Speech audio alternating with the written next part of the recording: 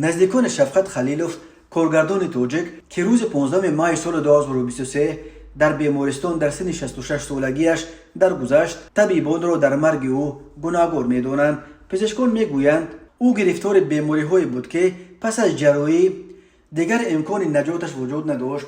مقامات شکایت نزدیکان کارگردان را سنجیدند ولی در خلاصه نهایی از نظر طبیبان پشتیبانی کردند. امید خلیلو و همسر کارگردان در صحبت با رادیو آزادی گفت شوهرش با پای خود به بیمارستان رفت تا پزشکان سنگ تلخدانش را بیرون کنند.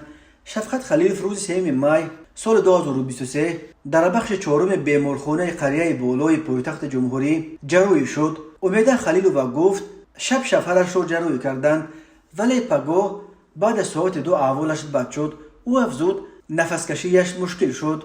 در آمدم پرسیدم که چه شده است، گفتم برایت و ما رو پیش کردند. بعد سردختر شعبه ایو رو از بینای پنجم آوردند و گفت ما میبریم خوب میشود، اینجا شرایط ندارند. وقتی در آمده شوهرم رو دیدم گفتم به شما چی شد؟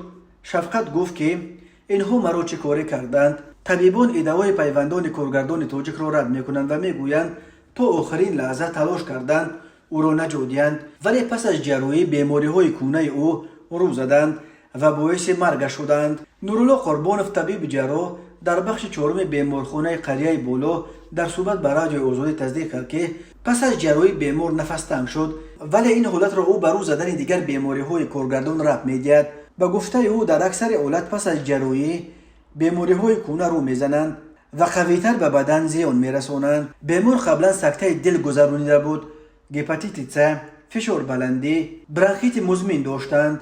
همه این به همین چیز آورده میرسانند، گفت او.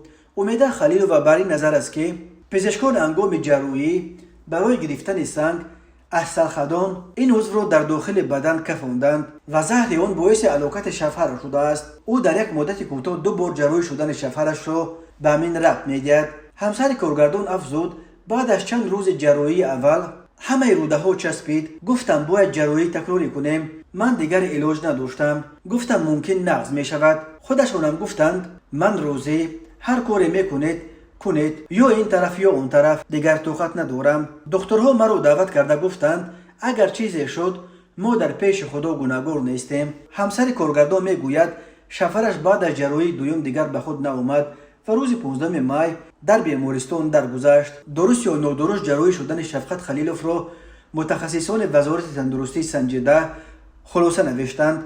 در خلاصه وزارت با امضای پروفسور سیدالهم احمدزاده که نسخه آن دسترسی رادیو آزادی هم شد آمده است که جراحی به مشکلات تکنیکی اجرا شده است ولی مرگ بیمار از نورسایی بسیار روزه به صورت افزایش گیرنده به وجود آمده. اینتاکسیکاسیون ایندوگنی بسیار مایل سببگار آن می باشد. واژه اینتاکسیکاسیون که در خلاصه نوشته شده است زهرآلودشوی است ولی در این سند شرح داده نشده است که بیمار از چه زهرآلود شده است. شفقت خلیلوف تا دم مرگش سرکارگردان تئاتر اپرا و بالت به نام صدرالدین عینی بود.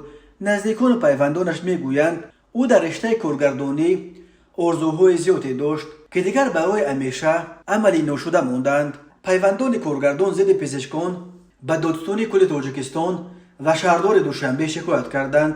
آنها میخواهند طبیبان به خطایی خود اقرار کنند و جزا گیرند تا چنین واقعه‌ها در آینده تکرار نشوند. حالا دقیق نیست این دعوای آنها چه نتیجه خواهد داد. سطح پس تخصص پزشکان و معالجه‌های اشتباهی در تاجیکستان زیاد مورد انتقاد قرار میگیرد. طبیبان اشتباه‌ها را رد نمی‌کنند اما میگویند وضع به اون حدی نیست که ساکنان میگویند.